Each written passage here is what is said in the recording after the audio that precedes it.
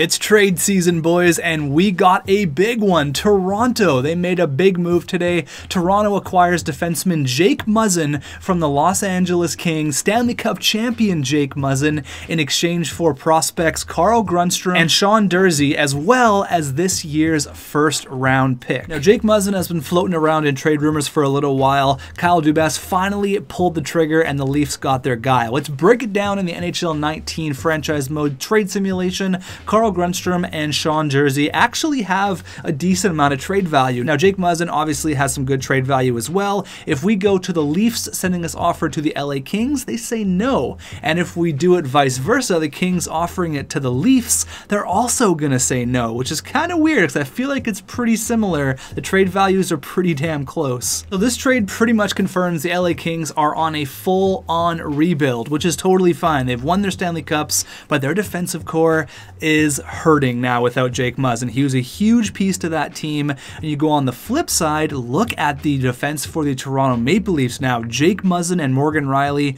Morgan Rielly's already having a career year, probably going to win the Norris, and then you put him on a defensive core with Nikita Zaitsev, Ojiganov, as well as Travis Dermott, who's really young. I mean, look at this power play. You want to go up against Tavares, Matthews, Marner, Rielly, and Jake MUZZIN? I don't think so. That's a power play I do not want to be on the PK for.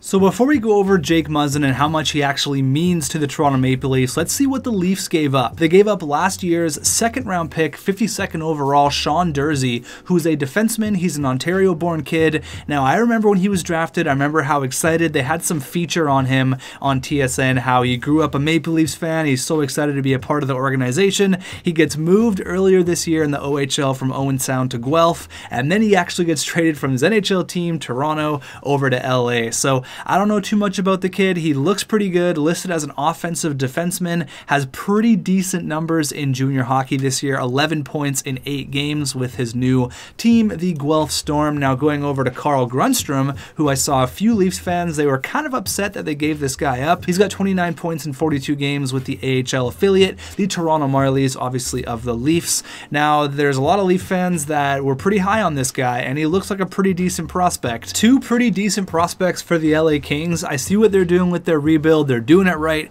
acquiring young prospects and acquiring first-round picks. Now let's talk about Jake MUZZIN and what he is going to mean to the Maple Leafs. First off, he's a Stanley Cup champion, which is huge. He's an Ontario kid. He's 6'3", 213 pounds. He can throw his weight around, but what's impressive is that he's a +10 this year on a pretty bad Los Angeles team. So that's a huge positive for Jake MUZZIN. I think he's going to do awesome in Toronto. I love this trade for both sides. He's hit the 40-point plateau 3 times. This guy's definitely no slouch. I love this trade for Toronto. I also love it for the LA Kings. Now, I know there's a lot of Leaf fans out there, so let me know what you guys think about this trade. I'm going to say it's a 50-50 win.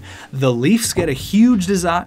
The Leafs get something that they desperately need, and the Kings, they're starting the rebuild. So they're getting picks, they're getting prospects. Both teams win. There was no salary retained. It is worth noting that Sean Durzi is unsigned, so I'm sure they'll work that out. I highly doubt he's not going to sign with them, but I love trades like this where both teams get exactly what they need, and it just works out beautifully. So, I mean, the Leafs, they're gearing up for a long Stanley Cup run, and the LA Kings are definitely not. So both teams get their need. I'm going to say it's an even 50-50 split, something I rarely say, but I like this trade for both teams. Let me know what you think, and I will see you guys in the next one.